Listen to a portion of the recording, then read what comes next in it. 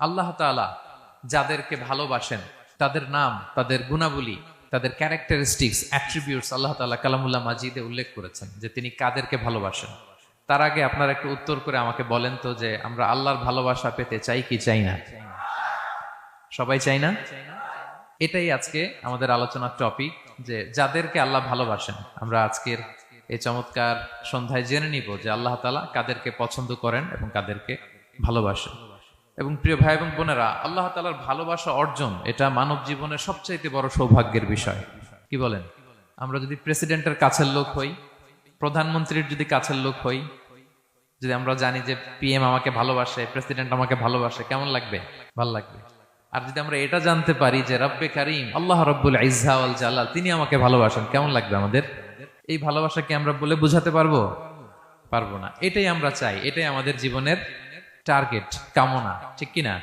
তো একজন প্রকৃত মুমিন সেই যে আল্লাহর সান্নিধ্য পেতে চায়, আল্লাহ তাআলার ভালোবাসা সে পেতে চায়।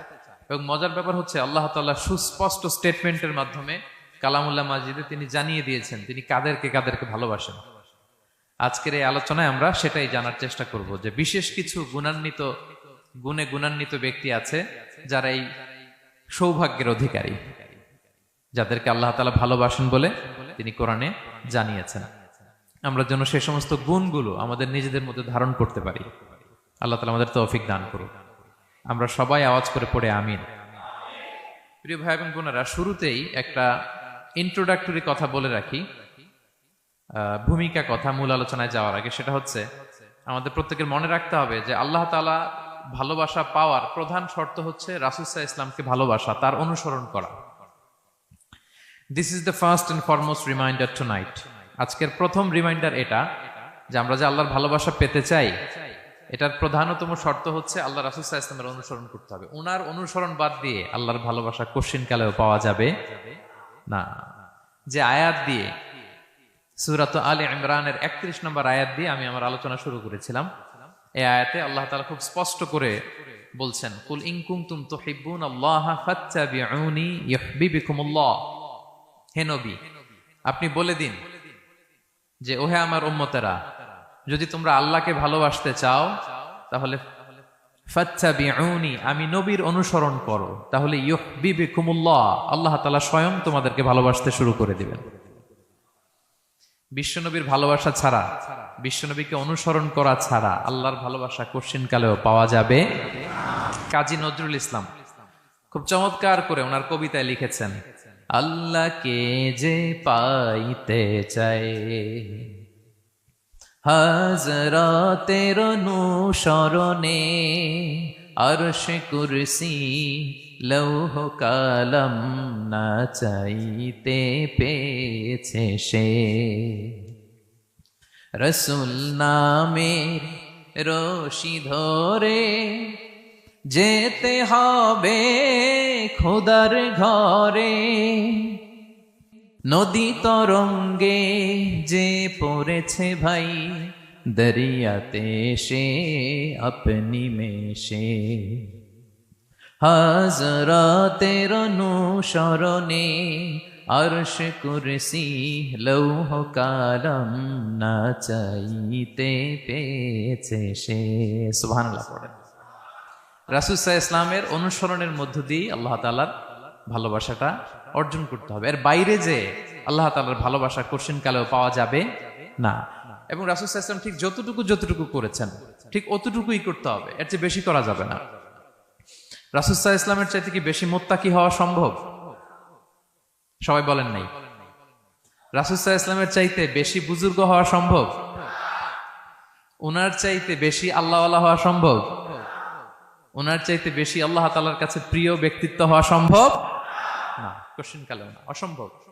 রাসূল সাল্লাল্লাহু আলাইহি ওয়াসাল্লামের সময়কালে কিছু সাহাবারা রাসূল সাল্লাল্লাহু আলাইহি ওয়াসাল্লামের স্ত্রীদের কাছে জানতে চেয়েছিল যে উম্মুল মুমিনিন, আপনারা বলুন যে রাসূল সাল্লাল্লাহু আলাইহি ওয়াসাল্লামের আমল কেমন ছিল?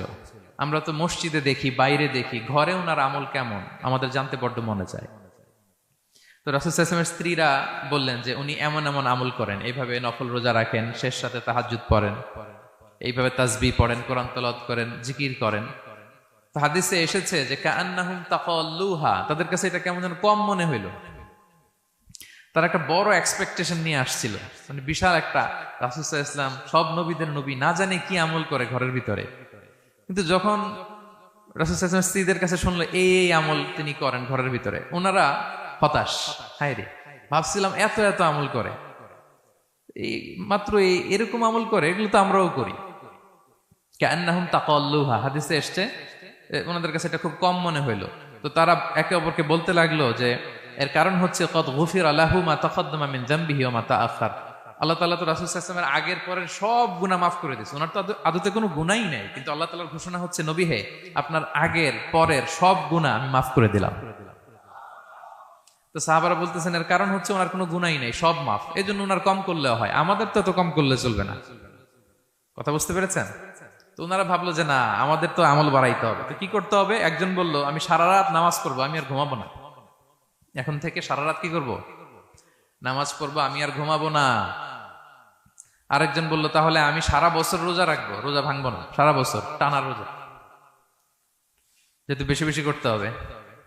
আরেকজন বলল আমি স্ত্রীদের সাথে আর মেলামেশা করবো না, আমার স্ত্রীদের সাথে আমি আমার মতো বৈরাগ্য জীবনযাপন করবো।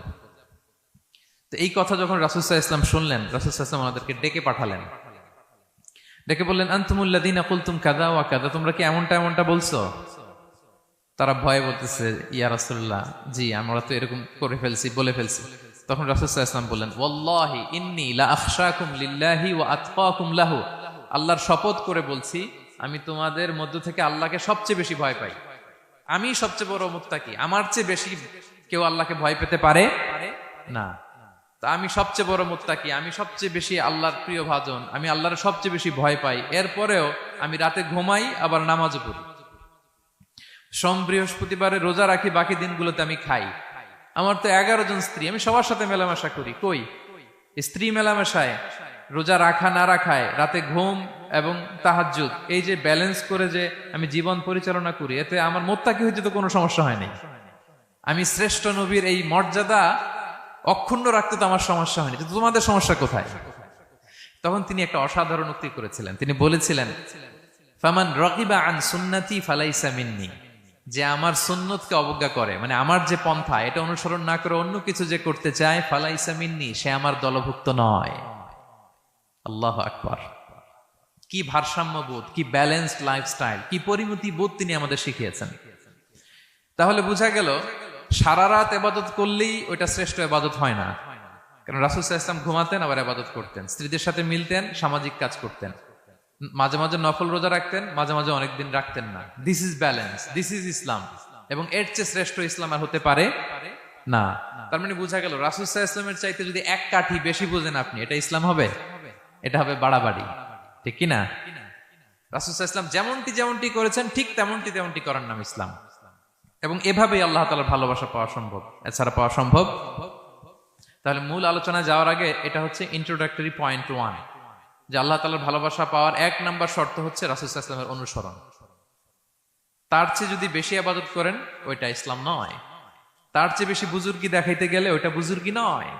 তিনি যেমন যেমন করেছেন ঠিক তেমন তেমন করার নামই ইসলাম, এবং সেটার মাধ্যমে আল্লাহ তাআলার ভালোবাসা পাওয়া সম্ভব। এই পয়েন্টটা বুঝছেন না সবাই? আচ্ছা, ইন্ট্রোডাক্টরি পয়েন্টের 2 নাম্বার কথা হচ্ছে আমরা কি করে বুঝবো যে আল্লাহ তাআলা আমাদের ভালোবাসেন? কিভাবে বুঝবো যে তিনি আমাদেরকে পছন্দ করেন, ভালোবাসেন? এটা বোঝার কিছু সিস্টেম আছে। 1 নাম্বার সিস্টেম হচ্ছে আপনি জাস্ট দেখুন যে আপনি নিজেকে কোন কাজে ব্যস্ত রেখেছেন, আপনি আপনাকে কোন কাজে ব্যস্ত রেখেছেন। আপনার লাইফস্টাইলের দিকে তাকান, লুক অ্যাট ইউর লাইফস্টাইল, আপনি নিজেই বুঝে যাবেন। আপনি যদি দেখেন যে না, আপনার ভালো ভালো কাজে আপনার ব্যস্ততা, আপনার এঙ্গেজমেন্ট ভালো লোকদের সাথে, আপনার সার্কেলটা ভেরি গুড সার্কেল, ভালো কাজে আপনার মন টানে, আপনি ভালো কাজ করেন, যদি আপনার কার্যক্রম এরকম হয় তাহলে বুঝে নেবেন আল্লাহ তাআলা আপনাদেরকে ভালোবাসেন। আলহামদুলিল্লাহ। আর যদি দেখেন না, যত আকাম কুকাম আছে ওইটার সবার আগে আপনি, যেই কাজে আল্লাহর ক্রোধ আসে, আল্লাহ রাগ হয়ে যান, যেই কাজ ইসলামে করার নিষেধ, যেটাতে তার অসন্তুষ্টি, ওই কাজে আপনার এঙ্গেজমেন্ট, ইনভলভমেন্ট, আপনার সার্কেল গুলো এরকম, তাহলে বুঝে নিবেন আল্লাহ ভালোবাসা, এই মহা সৌভাগ্য আপনার কপালে জোটে নাই। তাহলে এটা হচ্ছে একটা সিস্টেম। আল্লাহ আপনাকে ভালোবাসেন কিনা এভাবে বুঝবেন যে আপনি নিজেকে কোন কাজে ব্যস্ত রেখেছেন, একটু দেখুন, আপনি মিলাতে পারবেন। দুই নাম্বার পদ্ধতি হচ্ছে এটা বোঝার যে তিনি আমাকে ভালোবাসেন কিনা, সেটা হচ্ছে পৃথিবীবাসী আপনাকে ভালোবাসে কিনা এটা একটু দেখেন। এই পৃথিবীর ভালো মানুষগুলোর কাছে আপনার একটা গ্রহণযোগ্যতা আছে কিনা এটা দেখেন। এটা দেখলে আপনি বুঝতে পারবেন। সহিহ মুসলিমের একটা ছোট্ট হাদিস শেয়ার করি। রাসূল সাল্লাল্লাহু আলাইহি ওয়াসাল্লাম বলেছেন যে ইন্নাল্লাহা ইযা আহাব্বা আবদান দাআ জিবরিল ফাকালা ইন্নী উহিব্বু ফুলানান ফাআহিব্বা। আল্লাহ তাআলা যখন কোনো বান্দাকে ভালোবাসে তখন তিনি জিবরাইলকে ডেকে বলেন, হে জিবরাইল, আমি আমার এই বান্দাকে ভালোবাসি, তুমিও তারে ভালোবাসো। ফায়ুহিব্বুহু জিবরিল, জিবরাইল আলাইহিস সালাম তারে ভালোবাসতে শুরু করে। শুধু এখানেই না, সুম্মা ইউনাদি ফিস সামা, তারপরে তিনি আকাশে একটা অ্যানাউন্সমেন্ট করেন। ফায়াকুল, তিনি বলেন যে ইন্নাল্লাহা ইউহিব্বু ফুলানান ফাআহিব্বুহু, ও আকাশবাসীরা, ও ফেরেশতারা, আল্লাহ তাআলা তার এই বান্দাকে ভালোবাসে, তোমরা সবাই তারে ভালোবাসো। তখন ফায়ুহিব্বুহু আহলুস সামা, গোটা আকাশবাসী তারে ভালোবাসতে শুরু করে, মানে ফেরেশতারা। তো আল্লাহ তাআলা এবং সকল ফেরেশতারা যখন তাকে ভালোবাসতে শুরু করে, রাসূল সাল্লাল্লাহু আলাইহি ওয়াসাল্লাম বললেন সুম্মা ইউদাউ লাহুল কবুলু ফিল আরদ, তখন পৃথিবীতে তার গ্রহণযোগ্যতা বাড়িয়ে দেওয়া হয়, তার অ্যাকসেপ্টেন্স বাড়িয়ে দেওয়া হয়। সবার কাছে তার একটা গ্রহণযোগ্যতা আছে, সবাই তাকে ভালোবাসে। এটা হচ্ছে একটা পদ্ধতি যে আল্লাহ তাআলা আপনাকে ভালোবাসে কিনা আপনি নিজেই বুঝবেন, যে পৃথিবীবাসী আপনাকে ভালোবাসে কিনা, আপনার কলিগরা আপনাকে ভালোবাসে কিনা, আপনার বন্ধুরা আপনাকে ভালোবাসে কিনা, আপনার নেইবররা আপনাকে ভালোবাসে কিনা, পৃথিবীর ভালো মানুষগুলোর কাছে আপনার গ্রহণযোগ্যতা আছে কিনা। যদি থাকে বুঝবেন আল্লাহ তাআলা আপনাকে ভালোবাসেন, ঠিক কিনা? আল্লাহ তাআলা আমাদেরকে যেন ওই কাতারে শামিল করেন, আমরা পড়ি আমিন। তাহলে আলোচনার টপিক, আল্লাহ তাআলা যাদেরকে ভালোবাসেন। শুরুতে আমরা জানলাম ভালোবাসার পদ্ধতি হচ্ছে, প্রক্রিয়া হচ্ছে একটাই, রাসূল সাল্লাল্লাহু আলাইহি ওয়াসাল্লামের পুঙ্খানু অনুসরণ, তার চেয়ে বেশিও না কমও না, হুবহু অনুসরণ, ঠিক কিনা? দুই নম্বরে জানলাম কি করে বুঝবো, নিজের দিকে তাকান, আপনি কি করেন, what's your activity, what's your engagement, নিজেই বুঝবেন। আর দেখেন যে আশেপাশের মানুষ আপনার ব্যাপারে কি বলে। পৃথিবীবাসী যদি আপনারে পছন্দ করে, তার মানে আল্লাহ তাআলাও আপনারে পছন্দ করে। সবাই বুঝতে পেরেছেন? আচ্ছা, এবার সরাসরি কোরআনে চলে যাই, মূল টপিক বিশ্লেষণে। আল্লাহ তাআলা অনেক শ্রেণীর ব্যক্তিকে ভালোবাসেন বলে তিনি ঘোষণা করেছেন। তিনি বলেছেন যে আমি তাদেরকে ভালোবাসি। এর মধ্যে এক নাম্বার হচ্ছে আল মুহসিনুন। একটু আমার সাথে সাথে বলেন, আল মুহসিনুন। মুহসিনুন মানে হচ্ছে যে ইহসান করে, মানে অন্যের প্রতি অনুগ্রহ দেখায়, অনুগ্রহশীল, অন্যের প্রতি দয়াশীল, অনুগ্রহশীল। এই সমস্ত বান্দাদের আল্লাহ ভালোবাসেন। আল্লাহ বলেন ওয়া আনফিকু ফি সাবিলিল্লাহি ওয়া লা তুলকু বিআইদিকুম ইলা তাহলুকা ওয়া আহসিনু ইন্নাল্লাহা ইউহিব্বুল মুহসিনিন।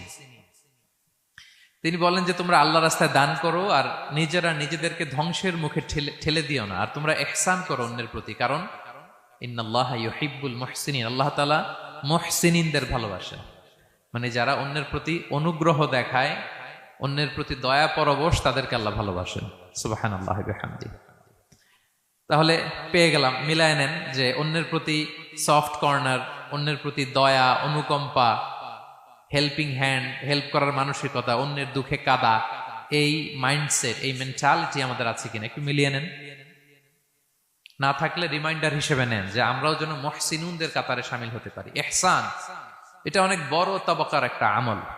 ইবাদতেও ইহসান লাগবে, ইবাদতের বাইরে সামাজিক কর্মকাণ্ড, রাষ্ট্রীয় কর্মকাণ্ড, সব কাজে আল্লাহ তাআলা এই ইহসানকে আবশ্যক করেছেন। অনুগ্রহ, অন্যদের প্রতি অনুগ্রহশীল হওয়া। ইবাদতে ইহসানটা কেমন? সাইয়েদনা জিবরাইল আলাইহিস সালাম রাসূল সাল্লাল্লাহু আলাইহি ওয়াসাল্লামকে জিজ্ঞেস করেছিলেন যে ইয়া রাসূলুল্লাহ ফাখবিরনি আনিল ইহসান, ইহসান আবার কি, আমাকে একটু বলেন। তো ইবাদতে ইহসানটা কেমন? রাসূল সাল্লাল্লাহু আলাইহি ওয়াসাল্লাম বললেন যে ইহসান হচ্ছে আন তা'বুদাল্লাহা কাআন্নাকা তারাহু ফাইন লাম তাকুন তারাহু ফাইন্নাহু ইয়ারাক। তুমি এমন ভাবে ইবাদত করবে, তুমি ভাববে যে তুমি আল্লাহকে দেখছো, তুমি আল্লাহকে দেখে দেখে ইবাদত করতেছো, এরকম ভাবো না একটু। আর এটা ভাবতে যদি কষ্ট হয়, অন্তত এতটুকু তো ভাবো যে আল্লাহ তোমায় দেখছেন। এতটুকু ভাবা যাবে না? আমরা যখন নামাজ পড়ি, আমাদের প্রত্যেকটা সালাতের মুহূর্তে আমাদের এটা ভাবতে হবে যে আল্লাহ তাআলা কিন্তু আমাকে দেখছেন। এই যে আমি ফিস ফিস করে সুবহানা রাব্বিয়াল আলা পড়ি, সুবহানা রাব্বিয়াল আযীম পড়ি, আমি তাসবিহ পড়ি, আমার রুকু সেজদা সবকিছু আমার আল্লাহ দেখছেন। এই সেন্স, এই অনুভূতি যদি আপনার মধ্যে থাকে, এটাই হচ্ছে ইবাদতের ইহসান। আর ইবাদত ছাড়া আমাদের দৈনন্দিন কাজ, পারিবারিক কাজ, সামাজিক কাজ, এই সমস্ত কাজেও কিন্তু আল্লাহ তাআলা ইহসানকে আবশ্যক করেছেন। প্রিয় ভাই এবং বোনেরা, অন্যের প্রতি অনুগ্রহ করাটাকে তিনি কি করেছেন? আবশ্যক করেছেন। একটা ছোট্ট হাদিস শুনি। হাদিসে রাসূল সাল্লাল্লাহু আলাইহি ওয়াসাল্লাম ইরশাদ করছেন যে ইন্নাল্লাহা তাবারাকা ওয়া তাআলা কাতাবাল ইহসানা আলা কুল্লি শাই। আল্লাহ তাআলা সবকিছুর উপর ইহসানকে আবশ্যক করেছেন, সবকিছুর উপর। মুমিনের সব কাজে ইহসান থাকতে হবে, অন্যের প্রতি অনুগ্রহের পরশ থাকতে হবে। এবার মজার একটা পার্ট আসছে হাদিসে, খেয়াল করে শুনি। রাসূল সাল্লাল্লাহু আলাইহি ওয়াসাল্লাম বলেন, ফাইদা কাতালতুম ফাআহসিনুল কিতলা। আল্লাহ তাআলা সব জায়গায় ইহসানকে আবশ্যক করেছেন, এমন কি ফাইদা কাতালতুম, যখন তোমরা কতল করবে কাউকে, ফাআহসিনুল কিতলা, ইহসানের সাথে কতল করো। সুবহানাল্লাহ বললেন না? প্রসঙ্গটা কি? হত্যার প্রসঙ্গটা। রাষ্ট্রীয় কাজে হয়তো ডেথ পেনাল্টি, তার মৃত্যুদণ্ড দিতে হবে। রাসূল সাল্লাল্লাহু আলাইহি ওয়াসাল্লাম বলেন, ফাইদা কাতালতুম ফাআহসিনুল কিতলা, মৃত্যুদণ্ড দিবা কিন্তু ইহসানের সাথে দিও। আপনি চাইলেই তার কান কেটে ফেলতে পারবেন না, তাকে শ্বাসরুদ্ধ করতে পারবেন না, পেট্রোল দিয়ে তার দেহ জ্বালিয়ে দিতে পারবেন না, চাইলেই এই দেহটারে আপনি নষ্ট করতে পারবেন না। রাষ্ট্রীয় কাজে বিচারে সাব্যস্ত হয়েছে তার এখন ডেথ পেনাল্টি, মৃত্যুদণ্ড কার্যকর করবেন, ঠিক আছে, কিন্তু সেখানে ইহসানের সাথে। ফাইদা কাতালতুম ফাআহসিনুল কিতলা, মৃত্যুদণ্ড কার্যকর করার সময় ইহসানের সাথে করো। ওয়া ইদা যাবাহতুম ফাআহসিনুয যাবাহা, জবাই করার সময়ও ইহসান করো। সুবহানাল্লাহ। করতেছি জবাই, করতেছি কি, কিন্তু মেরে ফেলতেছি প্রাণীটাকে খাওয়ার জন্য। স্লটারিং, লিটারালি আমি ছুরি চালাচ্ছি ওর গলায়, ফিনকি দিয়ে রক্ত বেরোবে এখনই, মেরে ফেলতেছি। কিন্তু যা মনে চায় আপনি কোপাতে পারবেন কুরবানির পশুকে? কষ্ট দিতে পারবেন না। আমরা এই ভুলটা করি। রাসূল সাল্লাল্লাহু আলাইহি ওয়াসাল্লাম দেখেন আরো স্পেসিফিক করে বলছেন যে ওয়ালিউহিদ্দা আহাদুকুম শাফরাতাহু ওয়ালিউরিহ যাবিহাতাহু, তোমরা জবাইয়ের সময় তোমাদের ছুরিটাকে ধার করে নিও, যাতে করে প্রাণীটা কম কষ্ট পায়। সুবহানাল্লাহ। আমরা অনেক সময় ভুল করে ফেলি। আমরা গরু শোয়ানোর পরে এই রশি কোথায়, এই ছুরি কোথায়, এই কষাই কোথায়, এই যে 7 জনের নামে জবাই হবে এদের নাম কোথায়, গরুটাকে আমরা কষ্ট দিচ্ছি। রাসূল সাল্লাল্লাহু আলাইহি ওয়াসাল্লাম বলে না, মুমিনের প্রতিটি কাজে ইহসানের পরশ থাকে। তারা প্রাণী জবাই করবে ঠিকই খাওয়ার জন্য, কিন্তু এখানেও ইহসান করতে হবে, ঠিক কিনা? তারা মৃত্যুদণ্ড কার্যকর করবে, ডেথ পেনাল্টি রাষ্ট্রীয় আইনে, কিন্তু যেমন মনে চায় তেমন করা যাবে না। ওইখানেও ইহসান রাখার দরকার আছে না নাই? প্রিয় ভাইয়েরা, এই ইহসানকে যারা মেনটেন করে জীবনের সব কাজে, আল্লাহ তাদেরকে বড্ড ভালোবাসে, বড্ড পছন্দ করে। সো আমরা যেন সবাই সবার প্রতি ইহসান করি। স্বামী স্ত্রীর প্রতি ইহসান করুন, স্ত্রী স্বামীর প্রতি ইহসান করুন, বাবা সন্তানের প্রতি, সন্তান বাবার প্রতি, পরিবারের সকল সদস্যদের প্রতি ইহসান করুন, কর্মচারীদের প্রতি ইহসান করুন, সহকর্মীদের প্রতি ইহসান করুন। মুমিন জীবনের প্রতিটি কাজে ইহসানের পরশ থাকবে, কারণ ইন্নাল্লাহা ইউহিব্বুল মুহসিনিন, আল্লাহ তাআলা মুহসিনদের, যারা অন্যদের প্রতি অনুগ্রহ দেখায় তাদেরকে বড্ড ভালোবাসেন। এই পয়েন্টটা কি বুঝতে পেরেছেন সবাই? ক্লিয়ার? 2 নম্বরে চলে যায়, আর কাদেরকে আল্লাহ ভালোবাসেন। 2 নম্বরে হচ্ছে আত-তাওয়াবুন, যারা ভুল করেই তওবা করে সাথে সাথে, আল্লাহ তাদেরকে বড্ড ভালোবাসেন। সুবহানাল্লাহ। আল্লাহ তাআলা বলছেন ইন্নাল্লাহা ইউহিব্বুত তাওয়াবিন ওয়া ইউহিব্বুল মুতাতাহহিরিন, আল্লাহ তওবাকারীদেরকে যেমনি ভালোবাসেন, পবিত্রতা অর্জনকারীদেরও ভালোবাসেন। ওটা আমি পরে আসতেছি, এখন তওবাতেই থাকি। তাহলে 2 নম্বরে হচ্ছে ইন্নাল্লাহা ইউহিব্বুত তাওয়াবিন, 2 নম্বরে হচ্ছে কাদেরকে ভালোবাসেন? তওবাকারীদেরকে তিনি বড্ড ভালোবাসেন। দেখেন রাসূল সাল্লাল্লাহু আলাইহি ওয়াসাল্লাম কি বলে, তিনি বলেন ওয়াল্লাহি ইন্নী লা আস্তাগফিরুল্লাহ ওয়া আতুবু ইলাইহি ফিল ইয়াউমি আকসারা মিন 70 মাররা, আল্লাহর শপথ আমি বিশ্বনবী প্রতিদিন 70 বারেরও বেশি তওবা পড়ি। যার আগেও কোনো গুনাহ নাই, পরেও কোনো গুনাহ, উনি তওবা করে কয়বার? 70 বার। আমাদের তো কোনো গুনাহ টুনা নাই, তাই না? হ্যাঁ, আমাদেরও গুনাহ আছে নাকি? বস্তা ভরা। তো বিশ্বনবী যদি 70 বার তওবা করেন ডেইলি বেসিস, আমাদের করা দরকার কয়বার? যার যার কাছে ছেড়ে দিলাম, বলেন। 70,000 বার করা দরকার, ঠিক কিনা? প্রিয় ভাইয়েরা, তাওবা কি? তাওবা মানে ফিরে আসা আল্লাহর কাছে। ভুল করেছি, অনুতপ্ত হয়ে আল্লাহর কাছে ফিরে আসবো, এটার নাম তাওবা। To return back to your Lord, আল্লাহর কাছে ফিরে আসবেন। এই ফিরে আসাটাকে আল্লাহ খুব পছন্দ করেন। এখানেই শয়তান আর আমাদের মধ্যে পার্থক্য। শয়তান ভুল করে করছি তো করছে, ওইটার মধ্যেই সে অটল অবিচল, ক্ষমা আর চাইনি। কিন্তু আমরা সকালে ভুল করে দুপুরে মাফ চাই, দুপুরে করে রাতে মাফ চাই, আজকে ভুল করে কালকে মাফ চাই, ঠিক কিনা? এই মাফ চাওয়াটাকে, ফিরে আসাটাকে, তার গুনাহগার বান্দা অনুতপ্ত হয়ে, রিয়েলাইজেশন হয়ে, বুঝতে পেরে ফিরে আসাটাকে তিনি বড্ড পছন্দ করেন, বড্ড পছন্দ করেন। এজন্য ভুল আমাদের হবে প্রিয় ভাইরা। আল ইনসান মিনান নিসিয়ান, আমাদের নামটাই এসেছে ভুল থেকে, আমরা ভুলে যাই, ভুল হয়ে যায় আমাদের। কিন্তু ক্ষমার রাস্তা, তওবার রাস্তা খোলা আছে না নাই? এটা হচ্ছে আমাদের জন্য আশা, হোপ। আমরা হোপফুল, সবসময় আশাবাদী। যত ভুল হোক, যত ভুল আপনি করেন, এটা খেয়াল রাখবেন, ভুল আপনি যতই করেন না কেন, তার রহমতের দরিয়া তার চাইতেও বড়, তার ক্ষমার মহাসাগর তার চাইতেও বিস্তৃত, যত ভুল আপনি করেন না কেন। এজন্য আল্লাহ তাআলা বলেন, ইয়া আইয়ুহাল্লাযীনা আমানু তুবু ইলাল্লাহি তাওবাতান নাসুহা, ওহে বিশ্বাসীরা একনিষ্ঠভাবে তওবা করো, ফিরে আসো আমার দিকে। তাফিররু ইলাল্লাহ 24/7। পৃথিবীর কোনো দরজা 24 ঘন্টা খোলা থাকে না। রাত 3টার দিকে যদি আপনি উঠে জায়নামাজটা বিছিয়ে যে ভুলটা করছেন ওটা স্মরণ করে চোখের পানি ছেড়ে মাফ চান, ক্ষমা করবেন না তিনি? হ্যাঁ, ক্ষমা দেওয়ার জন্য তিনি বসে আছেন। সেজন্য ভুল হইলে আমরা পড়বো আস্তাগফিরুল্লাহ। কি পড়বো? পড়েন, আস্তাগফিরুল্লাহ রাব্বি মিন কুল্লি যামবি ওয়া আতুবু ইলাইহি। পড়েন, আস্তাগফিরুল্লাহাল্লাযী লা ইলাহা ইল্লা হুয়াল হাইয়ুল কাইয়্যুম ওয়া আতুবু ইলাইহি।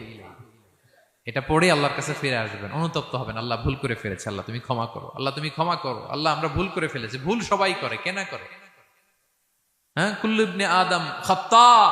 বিষ্ণু বলেন তোমরা সবাই ভুলকারী, কিন্তু ওয়া খায়রুল খাত্তাইন আত-তাওয়াবুন, এই ভুলকারীদের মধ্যে শ্রেষ্ঠ যে ভুল করেই তওবা করে। তওবা করতে রাজি আছেন তো? সবাই রাজি আছেন? আমার প্রিয় ভাইয়েরা, এই তওবার দৃশ্যটা দেখতে আল্লাহ বড্ড পছন্দ করে। বান্দা যখন ভুল বুঝতে পারে, মাথাটা নিচু করে চোখের পানি ছেড়ে বান্দা যখন কাঁদতে শুরু করে, এই দৃশ্যটা দেখলে আল্লাহ সহ্য করতে পারে না। আল্লাহর রহমতের দরিয়ায় জোশ খেলে যায়, বান্দা যা চায় আল্লাহ তাই দিয়ে দেয়। তখন চোখের পানির এত বড় পাওয়ার। এজন্য আমরা ভুল করে যেন অটল না থাকি, আল্লাহর কাছে যেন ক্ষমা চাই, আমরা যেন ফিরে আসি তার দরবারে। তার দরবার সবসময় খোলা। এবং তিনি এই তওবার বা ফিরে আসার দৃশ্যটা দেখতে কত পছন্দ করেন শোনেন। রাসূল সাল্লাল্লাহু আলাইহি ওয়াসাল্লাম বলেন, ওয়াল্লাযী নাফসি বিয়াদিহি, তার শপথ যার হাতে আমার আত্মা, লাউলাম তুযনিবু, তোমরা যদি ভুল না করতে, লা যাহাবাল্লাহু বিকুম, আল্লাহ তোমাদেরকে ধ্বংস করে দিতেন। ওয়ালা জাআ বিকওমিন, আল্লাহ এমন এক জাতি তৈরি করতেন, ইউযনিবুন, ওরা খালি ভুল করত, ফায়াস্তাগফিরুন, আর ক্ষমা চাইতো, ফায়াগফিরুল্লাহু লাহুম, আর আল্লাহ তাদের ক্ষমা করতেন। তোমরা যদি ভুল না করতে, এই বনি আদম, তোমরা যদি ভুল না করতে, তোমাদেরকে আল্লাহ তাআলা ধ্বংস করে এমন একটা গোষ্ঠী বানাইতেন যারা খালি ভুল করতো আর মাফ চাইতো, ভুল করতো আর মাফ চাইতো, আর আল্লাহ মাফ করে দিত। সুবহানাল্লাহ পড়লেন না? গাফিরিয যামবি ওয়া কাবিলিত তাওব, তিনি পাপ মোচন করার জন্যই তো তিনি আমার রব, তওবা কবুল করার জন্যই তো তিনি আল্লাহ সুবহানাহু ওয়া তাআলা, তিনি রব্বে কারীম। তার দয়ার কোনো শেষ নাই, তার মায়ার কোনো শেষ নাই। আমরা যখন তওবা করি, অনুতপ্ত হই, চোখের পানি ছেড়ে যখন কাঁদি, আল্লাহ যে কত খুশি হয় এটার একটা উপমা হাদিসে এসেছে, সহিহ মুসলিমের হাদিস। রাসূল সাল্লাল্লাহু আলাইহি ওয়াসাল্লাম বলেন, লাল্লাহু আশাদ্দু ফারাহান বিতাওবাতি আবদিহি হিনা ইয়াতুবু ইলাইহি। কেউ যখন তওবা করে আল্লাহ কত খুশি হয় জানো? শোনো, ওই ব্যক্তির চাইতে আল্লাহ বেশি খুশি হয়ে যায় যে ব্যক্তি মরুভূমিতে সফরে বেরিয়েছে, সাথে তার বাহন বা উট, ওই উটের মধ্যেই তার পানি বা খাবার, হঠাৎ করে উটটা হারায় গেছে। শুনতেছেন? মরুভূমিতে উট নিয়ে বের হয়েছিল সফরে, উটের মধ্যে তার পানি, তার খাবার, তার বেঁচে থাকার সমস্ত মাধ্যম, কিন্তু হঠাৎ করে উট কি হয়ে গেছে? হারায় গেছে। উট খুঁজে আর পায় না, দৌড়াতে দৌড়াতে হয়রান। কত দৌড়াবে? ধুধু মরু প্রান্তর, কয়েক ঘন্টা দৌড়ালেই তো সে তৃষ্ণার্ত হয়ে মারা যাবে। দৌড়াতে দৌড়াতে হাঁপাতে হাঁপাতে শেষ, জীবনের আশাও শেষ, যে উট যেহেতু পাই নাই, আজকে সারাদিন দৌড়ালে তো তৃষ্ণা আমি মারাই যাব রাতে। তো জীবনের আশা ভরসা শেষ করে হাঁটতে হাঁটতে হাঁপাতে হাঁপাতে হঠাৎ একটা গাছের সন্ধান পেল। ওই গাছের নিচে যে এত ক্লান্ত, তৃষ্ণার্ত, হাঁপাতে হাঁপাতে ঘুমায় গেছে, হতাশ, আমার বাঁচার আর কোনো মাধ্যম নাই, আমার উট হারায় গেছে, ওইখানে পানি, ওইখানেই খাবার। ক্লান্ত শ্রান্ত হয়ে তৃষ্ণার চোটে ঘুম চলে আসছে। হঠাৎ ঘুম থেকে জেগে ওঠে, উটটা পাশেই দাঁড়ায় আছে। যে ওটের উপরে তার পানি এবং খাবার ছিল, পুরা মরুভূমিতে দৌড়াইতে দৌড়াইতে আবার সন্ধ্যাবেলায় এসে মালিকের সামনে দাঁড়ায় আছে। সে ঘুম থেকে উঠি তাড়াতাড়ি করে রশি ধরে ফেলছে উটের। পুরোটা হাদিসের অনুবাদ শোনাচ্ছি। তো উটের রশি ধরে বেচারা এত খুশি, এত খুশি, এত খুশি, যে খুশির চোটে ও বলতে আরম্ভ করছে, আল্লাহুম্মা আনতা আবদি ওয়া আনা রাব্বুক, আল্লাহ তুমি আমার গোলাম, আমি তোমার রব। তুমি দয়া করে এই ওটটা ফিরাই দিছো, আজকে তুমি ওটটা ফিরাই না দিলে আমি তো মরে যেতাম। আল্লাহ প্রশংসা তোমার। খুশির চোটে। কিসের চোটে? খুশির চোটে কথা উল্টায় গেছে। সে এত খুশি, সে আনন্দে এত উদ্বেলিত, এত খুশি, সে বলতেছে আল্লাহ আল্লাহুম্মা আনতা আবদি, আল্লাহ তুমি আমার গোলাম। খুশিতে আল্লাহুম্মা আনতা আবদি, আল্লাহ তুমি আমার গোলাম, ওয়া আনা রাব্বুক, আমি তোমার রব। তোমার দরবারে লাখো কোটি শুকরিয়া। আল্লাহ কেঁদে কেঁদে বলতেছে। তা আল্লাহ বলে, ওইরকম একটা পরিস্থিতিতে যে তার জীবনের আশা ছেড়েই দিয়েছিল, হঠাৎ করে ওট ফিরে পাওয়ার পরে খুশির চোটে সে যখন আমি আল্লাহরে ওর গোলাম বানায় আর ওরে আমার রব বানায়, ওই লোকটা ওই মুহূর্তে ঠিক যত খুশি, আমার কোনো বান্দা তওবা করে যখন আমার কাছে ফিরে আসে, আমি আল্লাহ ওই বান্দার উপর তার চাইতে বেশি খুশি হয়ে যায়। আল্লাহু আশাদ্দু ফারাহা। ওই ব্যক্তি কত খুশি হইলে আল্লাহর গোলাম বানায়, কত খুশি হইলে সে সেন্স হারায় ফেলে যে আল্লাহ তুমি আমার গোলাম, আমি তোমার রব। কখন বলে? খুশিতে সে মাতোয়ারা। আল্লাহ বলে, ওই মাতোয়ারা ব্যক্তি ওই মুহূর্তে যত খুশি, আমার কোনো বান্দা ভুল করে বোঝার পরে যখন চোখের পানি ছেড়ে আমার কাছে তওবা করে, আমি আল্লাহ তার চাইতে বেশি খুশি হয়ে যা। তওবা করবেন তো? করবেন করবেন। ইন্নাল্লাহা ইউহিব্বুত তাওয়াবিন। আল্লাহ তাআলা তওবাকারীদের বড্ড ভালোবাসেন। আমার ভাইরা, ভুল হলেই যেন আমরা তওবা করি। কয়টা জানলেন? প্রথমটা কি ছিল? কি করে? ভুলে গেছি। ইহসান করে, মুহসিনুন, যারা অন্যদের প্রতি অনুগ্রহ প্রদর্শন করে। আচ্ছা, 2 নাম্বার কি ছিল? তাওবা, মানে আত-তাওয়াবুন, যারা ভুল হলেই কি করে? তাওবা করে। 3 নাম্বার হচ্ছে আল মুতাতাহহিরুন, যারা পবিত্রতা অর্জন করে, সবসময় পাক পবিত্র থাকে, নিট এন্ড ক্লিন থাকে। এই ক্লিনলিনেসকে আল্লাহ পছন্দ করেন। সুবহানাল্লাহ। কি সুন্দর আমাদের ধর্ম, কত চমৎকার আমাদের ইসলাম। রাদিতু বিল্লাহি রাব্বা ওয়া বিল ইসলামি দীনা। আমরা আল্লাহরে রব হিসেবে পেয়ে খুশি, ইসলামকে দিন হিসেবে পেয়ে খুশি, ঠিক কি না? 3 নাম্বার হচ্ছে ওয়া ইউহিব্বুল মুতাতাহহিরিন, আল্লাহ তাআলা পবিত্রতা অর্জনকারীদের বড্ড পছন্দ করেন। মুতাতাহহিরিন, যারা সব সময় পাক পবিত্র থাকে, পরিচ্ছন্ন থাকে, এবং এটা খুব জরুরি। রাসূল সাল্লাল্লাহু আলাইহি ওয়াসাল্লাম বলেছেন, আত-তুহুরু শাতরুল ঈমান, পবিত্রতা এটা ঈমানের অঙ্গ। কেন ঈমানের অঙ্গ? কারণ নামাজ যার নাই তার ঈমান নাই, আর পবিত্রতা ছাড়া নামাজই হয় না। এজন্য রাসূল সাল্লাল্লাহু আলাইহি ওয়াসাল্লাম বলেছেন পবিত্রতা ঈমানের অঙ্গ। সুবহানাল্লাহ পড়েন। দেখেন, নামাজের যে আহকাম আরকান আছে, আহকাম তো বাইরে, নামাজ শুরুর আগে। এর মধ্যে 3টা আহকাম বা 3টা ফরজই হচ্ছে এই পাক পবিত্রতা নিয়ে। ছোটবেলা আপনারা পড়েছেন না, শরীর পাক, কাপড় পাক, নামাজের জায়গা পাক। তার মানে আপনি নামাজে যখন দাঁড়াবেন, আপনার শরীরটা পাক পাক পবিত্র হইতে হবে। আপনি যে ড্রেস গায়ে দিয়ে নামাজে দাঁড়ালেন, এটা পবিত্র হইতে হবে। যেই জায়গাটাতে আপনি নামাজের জন্য দাঁড়ালেন, ওই জায়গাটা পবিত্র হতে হবে। এই 3টা জায়গা পবিত্র কিনা আপনাকে এনশিওর করে আল্লাহু আকবার, তার আগে আল্লাহু আকবার বললে হবে? হবে না। এজন্য ইসলাম হাতে ধরিয়ে ধরিয়ে আমাদেরকে পবিত্র হওয়ার পদ্ধতি শিক্ষা দিয়েছেন। রাসূল সাল্লাল্লাহু আলাইহি ওয়াসাল্লাম যখন এগুলো শিখাতেন, মুশরিকরা হাসতো, হায় রে কেমন নবী তোমাদের, কিভাবে টয়লেটে যাইতে হয় এটাও শিখায়। সাহাবারা বলতেন, হ্যাঁ, আমাদের নবী ধরে ধরে আমাদের শিখায় যে টয়লেটে ঢুকতে বাম পা, বেরোতে ডান পা, ঢোকার আগে দোয়া, ওয়ালা তাস্তাকবিলুল কিবলা, কিবলামুখী হওয়া যাবে না, ঢিলা ইউজ করলে 3টা ইউজ করো, বেজর করো, প্রতিটা জিনিস, কি করে ওযু করতে হয়, কি করে তায়াম্মুম করতে হয়, কি করে ফরজ গোসল করতে হয়, আমার নবী ধরে ধরে আমাদের শিখিয়েছেন, ঠিক কি না? ধরে ধরে শিখিয়েছেন। কিভাবে ওযু করবেন, রাসূল সাল্লাল্লাহু আলাইহি ওয়াসাল্লাম গামলা নিয়ে তিনি দেখিয়েছেন। কিভাবে তায়াম্মুম করবেন, মাটিতে বাড়ি দিয়ে তায়াম্মুম করে দেখিয়েছেন। কেমন করে মেসওয়াক করবেন দেখিয়েছেন। কিভাবে আতর ইউজ করবেন দেখিয়েছেন। ক্লিনলিনেসের যত দিক হতে পারে সব বিশ্বনবী আমাদের শিখিয়েছেন। এমনকি কালামুল্লাহ মাজিদে আল্লাহ তাআলা আমাদেরকে সুস্পষ্ট জানিয়েছেন, ইয়া আইয়ুহাল্লাযীনা আমানু ইযা কুমতুম ইলাস সালাতি ফাগসিলু উজুহাকুম, যখন নামাজে দাঁড়াবা আগে ওযু করো। ফাগসিলু উজুহাকুম, যারা আরবি বোঝেন, আগে মুখ ধুয়ে নাও। ওয়া আইদিয়াকুম ইলাল মারাফিক, তারপরে 2 হাত কোণী পর্যন্ত ধুয়ে নাও। ওয়ামসাহু বিরুউসিকুম, তারপর মাথা মাসে করে নাও। ওয়া আরজুলাকুম ইলাল কাবাইন, এরপরে টাকনু পর্যন্ত 2 পা ধুয়ে নাও। ওযু হয়ে গেল না? হয়েছে না? এভাবে ধরে ধরে আমাদেরকে শেখানো হয়েছে। যদি গোসল ফরজ হয়, ওয়া ইন কুনতুম জুনুবান ফাত্তাহহারু, গোসল ফরজ হলে গোসল করে নাও। এখন অজু গোসলের জন্য পানি নাই, তো অজু আর গোসলের জন্য যদি পানি না থাকে, ফালাম তাজিদু মাআন ফাতায়াম্মামু সাঈদান তাইয়্যিবা, পবিত্র মাটি দিয়ে তায়াম্মুম করো। দেখেন, অজুও শিখাইলো কোরআন, তায়াম্মুমও শিখাইলো কোরআন। পাক পবিত্র হওয়ার, ক্লিনলিনেসের যত আয়োজন আছে সব আল্লাহর কোরআনে আছে না নাই? সব আল্লাহ তাআলা আমাদেরকে জানিয়ে দিয়েছেন।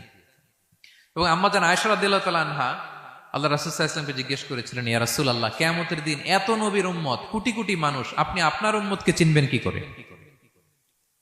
এত মানুষ থাকবে, আপনি কি করে চিনবেন?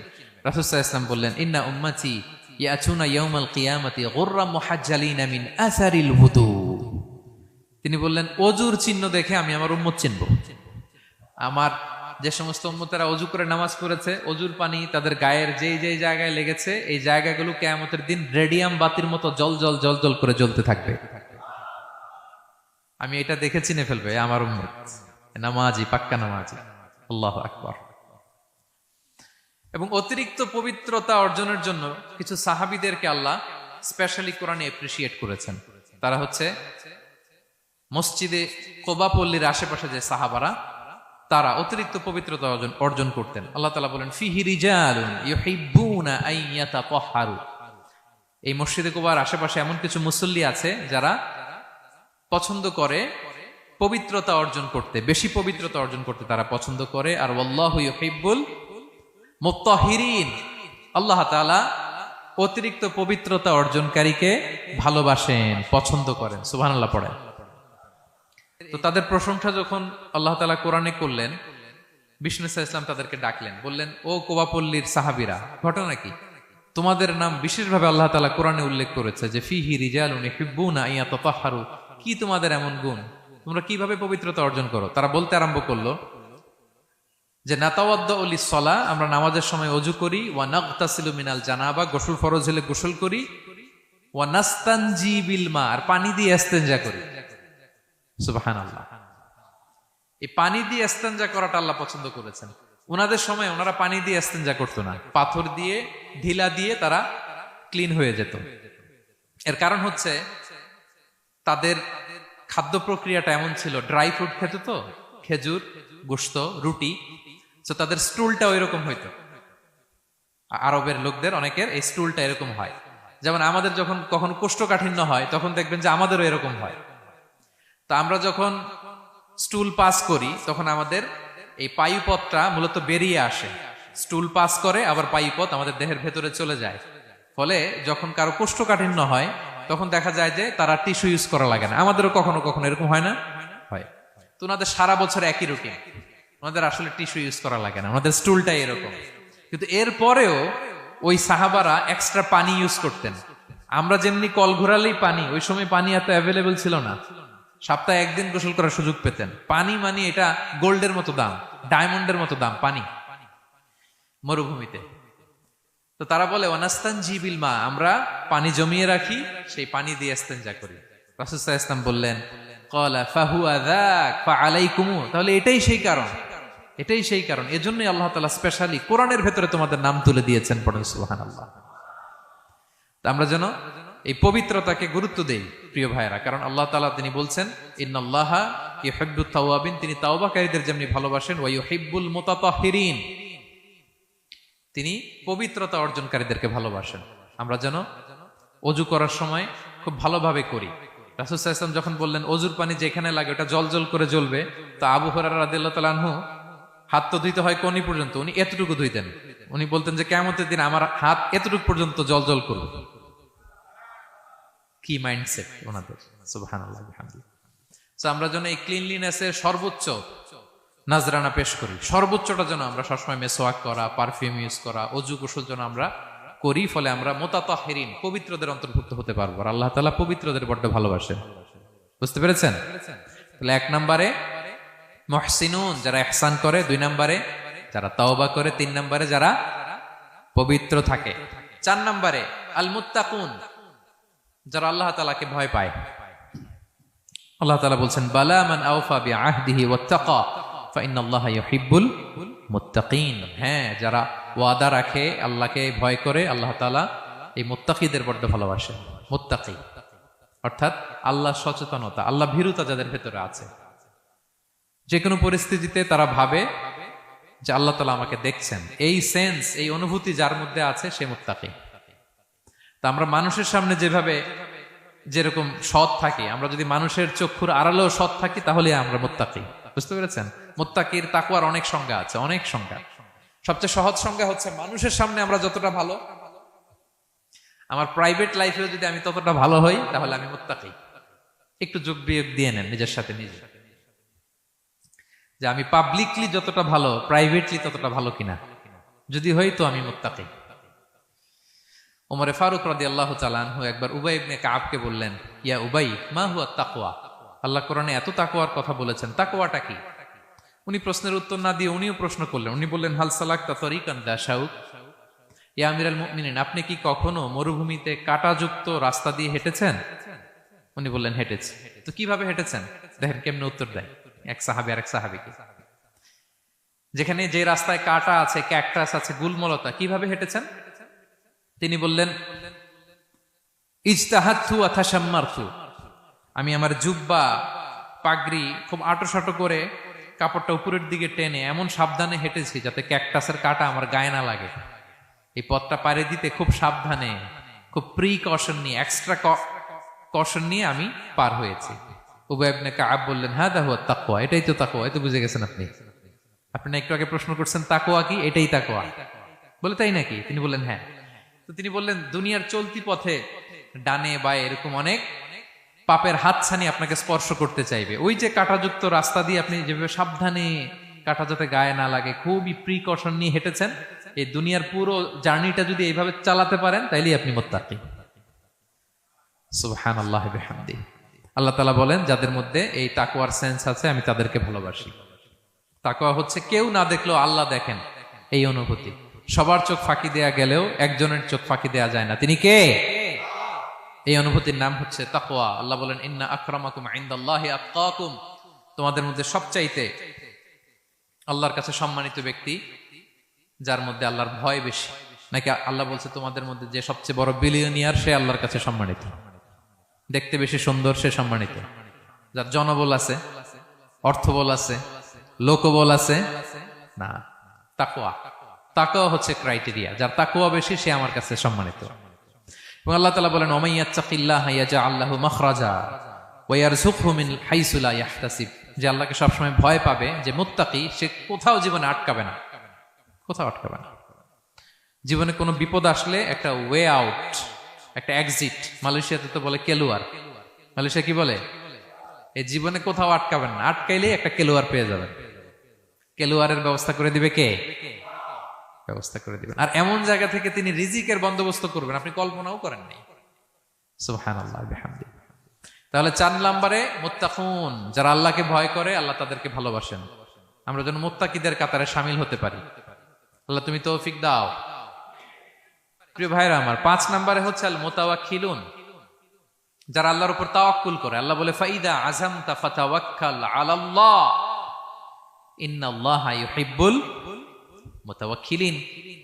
কোন বিষয়ে যখন দৃঢ় সংকল্প নিয়েছো তো আল্লাহর উপর ভরসা করো, কারণ আল্লাহ ওই সমস্ত লোকদের ভালোবাসা যারা আমার উপর তাওয়াক্কুল করে, মানে ভরসা করে। তাওয়াক্কুল মানে একজনের উপর ভরসা। তিনি কে? আমরা ভরসা কার উপর করব? পৃথিবীর কোন শক্তির উপর, কোন মানুষের উপর, কোন মিডিয়ার উপর, কোন ক্ষমতার উপর? আমাদের ভরসা এক মহান সত্তার প্রতি। তিনি কে?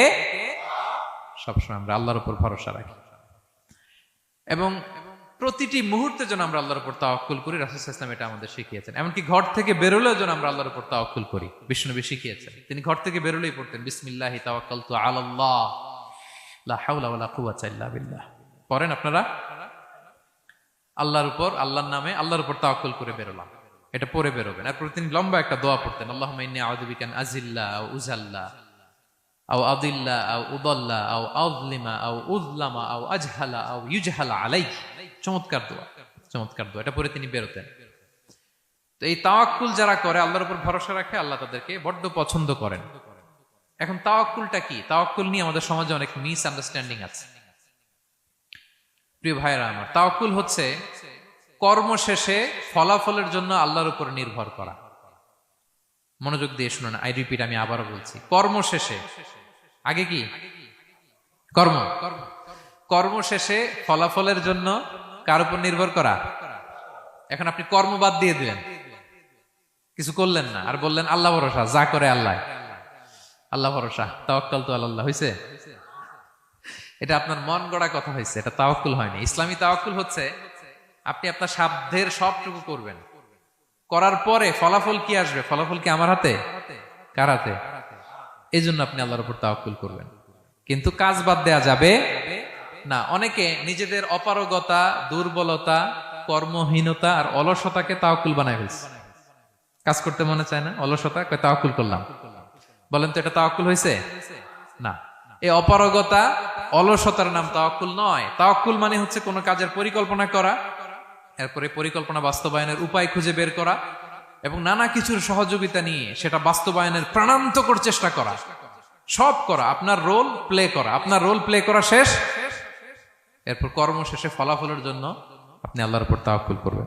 কিচ্ছু না করে হাত গুটিয়ে বসে থেকে যদি বলেন তাওয়াক্কুল করলাম, আল্লাহ ভরসা, হয়েছে? হয়েছে? তাওয়াক্কুল হয়েছে? হয় নাই। তো এখানে ব্যালেন্স অ্যাটিটিউডে আসতে হবে। আমি সব করতে পারবো, এটাও যেমনি ভুল, আল্লাহই সব করে দিবেন, এটাও ভুল। The position of Islam is somewhere in between this two extreme lines. এই দুইটার মাঝখানে ইসলামের পজিশন। পাখিকে তাওয়াক্কুলের মডেল হিসেবে আল্লাহ উপস্থাপন করেছেন। পাখিকে বিশ্বনবী বলেন, তোমরা যদি পাখির মতো তাওয়াক্কুল করো, পাখিরে যেমনি আল্লাহ খাওয়ায় তোমাদেরকেও খাওয়াবে। পাখি কেমনি তাওয়াক্কুল করে বিশ্বনবী বললেন, তাগদু খিমাসান ওয়া তারুহু বিতানান। পাখিগুলো প্রতিদিন সকালবেলা কিচির মিচির রবে তার বাসা থেকে বের হয়ে জঙ্গলে ছড়িয়ে পড়ে, সারাদিন খুঁজতে খুঁজতে, ঘুরতে ঘুরতে, উঠতে উঠতে আল্লাহ তাআলা বিকেল বেলা আবার প্রতিটি পাখির ওদর পূর্তি করে তার ঘরে ফিরিয়ে নিয়ে আসে। ঠিক কিনা? তো পাখি কি ঘরের ভিতরে বসে থেকে তাওয়াক্কুল করছে? সকালবেলা আগে কি করছে? বের হয়ে গেছে। তো আগে আপনার রোলটা আপনার প্লে করতে হবে, তারপরে আপনি আল্লাহর উপর তাওয়াক্কুল করবেন। অনেকে নিজেদের অপারগতা, অলসতাকে তাওয়াক্কুল বানিয়েছে। না, অপারগতা, অলসতা, কর্মহীনতা, এগুলো থেকে রাসূল সাল্লাল্লাহু আলাইহি ওয়াসাল্লাম আল্লাহর কাছে পানাহ চেয়েছেন। এগুলোর সাথে ইসলামের কোনো সম্পর্ক নাই। তার মানে হাত গুটিয়ে বসে থেকে আল্লাহ ভরসা বলবেন, কি করবেন? হ্যাঁ, সর্বোচ্চ চেষ্টা চালিয়ে যেতে হবে। এরপরে ফলাফলের জন্য আমরা কার উপর ভরসা করব? কারণ ইন্নাল্লাহা ইউহিব্বুল মুতাওয়াক্কিলিন, আল্লাহ তাআলা তাওয়াক্কুলকারীদেরকেও ভালোবাসেন। আলহামদুলিল্লাহ বলেন। তাহলে কয়টা গেল? কয়টা? আর তিনটা বলবো, আর তিনটা। 6 নম্বরে হচ্ছে as-সাবিরুন। সাবিরুন মানে কি? হ্যাঁ, ধৈর্যশীল। একটু বুঝে ফেলছে? as-সাবিরুন সবর শব্দ থেকে এসেছে। as-সাবিরুন মানে ধৈর্যশীল। যারা আল্লাহর উপর ধৈর্য, বিপদে আপদে আল্লাহর দেয়া বিপদে যারা ধৈর্য ধারণ করে, ওই ধৈর্যশীল ব্যক্তিদেরকে আল্লাহ তাআলা পছন্দ করেন। আল্লাহ তাআলা বলেন, ওয়া কাআইয়্যিম মিন নাবিয়্যিন ক্বাতালা মাআহু রিব্বিয়ুনা কাসীর ফামা ওয়াহানু লিমা আসাবাহুম ফি সাবিলিল্লাহ ওয়া মা দুউফু ওয়া মাস্তাকানু আল্লাহু ইউহিব্বুস সাবিরিন। কত নবী আছে, তাদের সাথে অনেক আল্লাহওয়ালারা লড়াই করেছে, তারা বিপদে হতোদ্যম হয়নি, নতজানু হয়নি, তাদেরকে দমানো যায়নি, তারা ধৈর্য ধারণ করেছে। কারণ ইন্নাল্লাহা ইউহিব্বুস সাবিরিন, আল্লাহ তাআলা ধৈর্যশীলদের বড় ভালোবাসেন। ধৈর্যশীল, ধৈর্য ধারণ করতে হবে। ধৈর্য ধারণ এটা সবার পক্ষে সম্ভব হয় না। রাসূল সাল্লাল্লাহু আলাইহি ওয়াসাল্লাম একটা চমৎকার হাদিস বলেছেন। তিনি বলেছেন, আজাবান লিআমরিল মুমিন, মুমিনের ব্যাপারটা বড়ই ইন্টারেস্টিং, বড়ই চমৎকার, এটা মুমিন ছাড়া অন্য কারো হয় না। ব্যাপারটা কেমন? রাসূল বলেন, ইন আসাবাতহু সাররাউ শাকারা, মুমিন যখন আনন্দে থাকে তখন মুমিন শুকরিয়া করে। শুকরিয়া করলে সওয়াব আছে না নাই? কারণ শুকরিয়া একটা ইবাদত। আর ওয়া ইন আসাবাতহু দাররাউ, মুমিন যখন বিপদে পড়ে, দুঃখে থাকে, সাবারা, তখন সে ধৈর্য ধারণ করে। ধৈর্য ধারণ করলে সওয়াব আছে না নাই? তো সওয়াব ছাড়া আমাদের আর কিছু আছে? আমি জীবনে হয় সুখী নয় দুঃখী, কি বলেন? আমাদের জীবনের চলতি পথে হয় কখনো আমরা সুখী নয়, সুখের সময় কি করি? শুকর করি। শুকর করলে সওয়াব আছে না নাই? আর দুঃখের সময় কি করি? সবর করি। সবর করলে সওয়াব আছে না নাই? তাহলে হয় শুকর, নয় সবর। এই দুইটা ইবাদত মুমিন জীবনে সর্বদা চলমান। কেমন একটা উইন উইন সিচুয়েশন। সুবহানাল্লাহ পড়বেন না? একটা উইন উইন সিচুয়েশন। এজন্য প্রিয় ভাইরা, মাথা গরম করবেন না, কখনোই অস্থির হবেন না, আতঙ্কিত হবেন না, ধৈর্য ধারণ করুন। কারণ ধৈর্য এমন একটা গাছ, চারি গায়ে কাটা, কিন্তু ফলটা বড় মিষ্টি। এজন্য আল্লাহ তাআলা বলেন ইন্নাল্লাহা ইউহিব্বুস সাবিরিন। আল্লাহ তাআলা ধৈর্যশীল বান্দাদেরকে পছন্দ করেন। কয়টা গেল? 6টা। 7 নম্বরে আল মুকসিতুন। মুকসিতুন মানে হচ্ছে ন্যায়পরায়ণ, যে ইনসাফের সাথে ফায়সালা করে, যে পার্সিয়ালিটি করে না, হ্যাঁ, 2 নাম্বারই করে না। বিচার করতে যে যখন রায় দেয়, ন্যায়সঙ্গত ভাবে রায় দেয়, ঘুষ খেয়ে বায়াজ হয়ে কোনো রায় দেয় না, তাদেরকে আল্লাহ পছন্দ করেন। কিন্তু আমাদের বিচার ব্যবস্থার দিকে তাকান, গোটা বিশ্বব্যাপী আছে না নাই? ছোট্ট একটা বিচারেও দেখবেন যে ছোট্ট সালিশ বসছে, এর কাছ থেকে টাকা খেয়ে ওর পক্ষে রায় দিয়ে দেয়, এরকম আছে না নাই? না, আল্লাহ তাআলা তাদেরকে বড্ড অপছন্দ করেন। বরং যারা বায়াজ নয়, যারা পার্সিয়ালিটি করে না, যারা ইনসাফের সাথে ন্যায় ভিত্তিক ফায়সালা করে, আল্লাহ তাদেরকে পছন্দ করেন। আল্লাহ তাআলা বলেন ওয়া ইন হাকামতা ফাহকুম বাইনাহুম বিল কিসত। নবী, যখন আপনি বিচার করবেন, ন্যায় পরায়ণতার সাথে বিচার করুন। কারণ ইন্নাল্লাহা ইউহিব্বুল মুকসিতিন। আল্লাহ তাআলা ন্যায় পরায়ণদেরকে বড্ড ভালোবাসেন। ন্যায় পরায়ণ জীবনের প্রতিটি ক্ষেত্রে। পার্সিয়ালিটি আপনি করতে পারবেন না, আপনার মধ্যে কোনো বায়াসনেস থাকতে পারবে না। আল্লাহ বলেন কিয়ামতের দিন আমি যে মিজানের পাল্লা বসাবো, ওয়া নাদাউল মাওয়াজিনাল কিসতা লিয়াউমিল কিয়ামা, এই মিজানের পাল্লা, এর মধ্যে কোনো বায়াসনেস নাই। ফামাইয়ামাল মিসকালা যাররাতিন খাইরান ইয়ারা। অনুপরিমাণ ভালো এটাও ওজন হবে, অনুপরিমাণ খারাপ এটাও ওজন হবে। ফালা তুযলামু নাফসুন শাইআ। সেদিন কারো প্রতি বিন্দু পরিমাণ জুলুম করা হবে না। ন্যায় বিচারের মানদণ্ড তিনি সেদিন কায়েম করবেন। আর দুনিয়াতে যারা ন্যায় বিচার করে, ন্যায় ভিত্তিক ফায়সালা করে, তাদেরকে আল্লাহ ভালোবাসেন। সুবহানাল্লাহ পড়েন। রাসূল সাল্লাল্লাহু আলাইহি ওয়াসাল্লাম কতটা ন্যায়পরায়ণ ছিলেন শুনেন। 8ম হিজরিতে তিনি যখন মক্কা বিজয় করলেন, মক্কার লোকেরা তার হাতে বায়াত হলো, তিনি অল্প কিছুদিন এখানে 20 দিনের মতো ছিলেন মক্কায়। তো ইন দ্য মিন টাইম মক্কার কুরাইশ গোত্রের একটা শাখা, এটার নাম হচ্ছে বনু মখজুমিয়া। বনু মখজুমিয়া গোত্রের একটা নারী চুরিতে ধরা পড়ল। তো চুরি করলে ইসলামের বিধান কি? আস-সারিকু ওয়াস-সারিকাতু ফাকতাউ আইদিয়াহুমা, হাত কেটে দাও। এখন সাহাবারা বলতে লাগলো, হায় রে, এই নতুন মাত্র কুরাইশরা কালিমা পড়ে মুসলমান হইল, রাসূল সাল্লাল্লাহু আলাইহি ওয়াসাল্লাম যদি এখনই এই মহিলার হাত কেটে দেয়, তাহলে এখানে তো একটা ঝামেলা হবে। কিন্তু আমরা তো কেউ বলারও সাহস রাখি না। কে যে বলবে নবীর কাছে যে নবী, এই আজকের জন্য, এবারের জন্য এই মহিলারা মাফ করে দেন, হাত কেটে দিয়েন না। কেউ সাহস করতে পারে না। পরে রাসূল সাল্লাল্লাহু আলাইহি ওয়াসাল্লামের পালক পুত্রের ছেলে উসামা বিন যায়েদ হিব্বু রাসূলিল্লাহ, উনাকে রাসূল সাল্লাল্লাহু আলাইহি ওয়াসাল্লাম বড্ড ভালোবাসতেন। সবাই বলে উসামারে যে বল, সে তো নাতির মতো। যায়েদ হচ্ছে পালক পুত্র, পালক পুত্রের ছেলে তো নাতি, হাসান হোসেনের মতো আদর করতেন। তো তাকে যে বলো। সবাই বললো উসামা আমরা কেউ পারবো না, তুমি যে বলো। তো উসামা ছোট মানুষ যে বলতেছে, ইয়া রাসূলুল্লাহ, সবাই বলতেছে এবারের জন্য একটু মাফ করে দেয়া যায় না, এই মহিলাটারে একটু মাফ করে দেয়া যায় না। রাসূল সাল্লাল্লাহু আলাইহি ওয়াসাল্লাম রেগে গেলেন। তিনি বললেন, তোমাদের আগে বনি ইসরাইলের এই স্বভাব ছিল, ধনীরা চুরি করলে মাফ করত, গরিবরা চুরি করলে বিচার কার্যকর করত। শুনে রাখো কুরাইশের লোকেরা, শুনে রাখো মক্কাবাসী, লাউ আন্না ফাতিমাতা বিনতি মুহাম্মাদিন সারাকাত লাকাতাআ মুহাম্মাদুন ইয়াদাহা। আরে বনু মখজুমিয়ার মেয়ে তো দূর কি বাত, আমার কলিজার টুকরা নয়নের পুতলি ফাতেমাও যদি আজকে চুরিতে ধরা পড়তো, তার হাত কেটে দিতে আমি মুহাম্মদ 1 সেকেন্ডও দেরি করতাম না। আমার মেয়ে ফাতেমা যদি চুরিতে দোষী সাব্যস্ত হতো, তার হাত কাটতে আমি সময় নিতাম না। This is Islam, this is ইনসাফ, দিস ইজ জাস্টিস। এটাকে বলে ন্যায় ভিত্তিক বিচার, যেখানে কোনো স্বজনপ্রীতি নাই, যেখানে কোনো পার্সিয়ালিটি নাই, যেখানে কোনো বায়াসনেস নাই। যারা ন্যায় ভিত্তিক ফায়সালা দেয়, মুকসিতুন, আল্লাহ তাআলা তাদেরকে পছন্দ করেন। আমরা যেন তাদের অন্তর্ভুক্ত হতে পারি। আল্লাহ তৌফিক দান করো। সব শেষ পয়েন্ট, আল মুনাজ্জামুনা ফি মাইদানিল জিহাদ, যারা জিহাদের ময়দানে সুশৃঙ্খল থাকে, ডিসিপ্লিন। সর্বশেষ হচ্ছে ডিসিপ্লিন। এই যে মাশাআল্লাহ আজকের এই সাইবার জায় কনফারেন্স খুবই ডিসিপ্লিনড একটা প্রোগ্রাম, সবাই সারিবদ্ধ হয়ে বসে আছেন, এবং এই সারিবদ্ধ হয়ে যারা বসে থাকে, যারা ময়দানে থাকে, তাদেরকে আল্লাহ তাআলা বড্ড পছন্দ করেন। যারা বিশৃঙ্খলা করে না, যারা সুশৃঙ্খল। তা আমরা মুসলিমরা কি বিশৃঙ্খল জাতি না সুশৃঙ্খল জাতি? আমরা সুশৃঙ্খল ইনশাআল্লাহ বিইذنিল্লাহ। আল্লাহ তাআলা বলছেন ইন্নাল্লাহা ইউহিব্বুল্লাযীনা ইউকাতিলুনা ফি সাবিলিহি সাফফান কাআন্নাহুম বুনিয়ানুম মারসুস।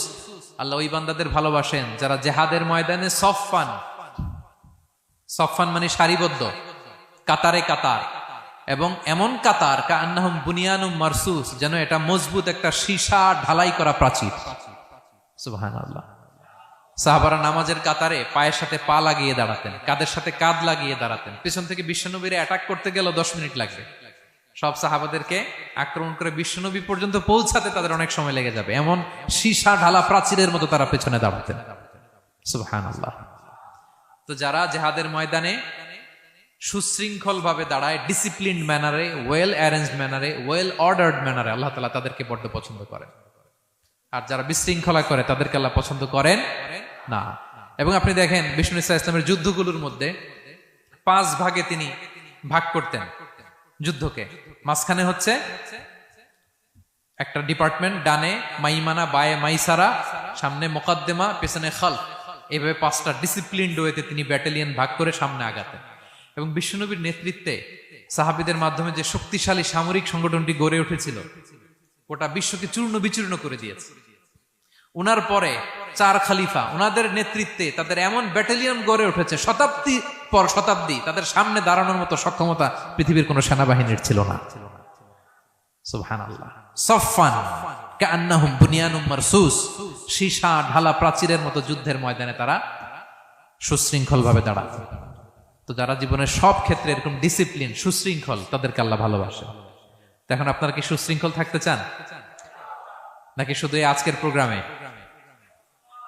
শেষ করে যাবো আবার বিশৃঙ্খল, এরকম করবেন না? যেখানে কিউ থাকে কিউ মেনটেন করবেন, যেখানে একটা শৃঙ্খলা থাকে শৃঙ্খলা বজায় রাখবেন। এই ময়দানে ভ্রাতৃত্বের বন্ধনে সুশৃঙ্খল যারা থাকবে তাদের হাতে আল্লাহ তাআলা নেতৃত্ব তুলে দিবেন, ঠিক কিনা? আমরা যেন সুশৃঙ্খল থাকতে পারি। আল্লাহ তাআলা তুমি আমাদেরকে তৌফিক দান করো।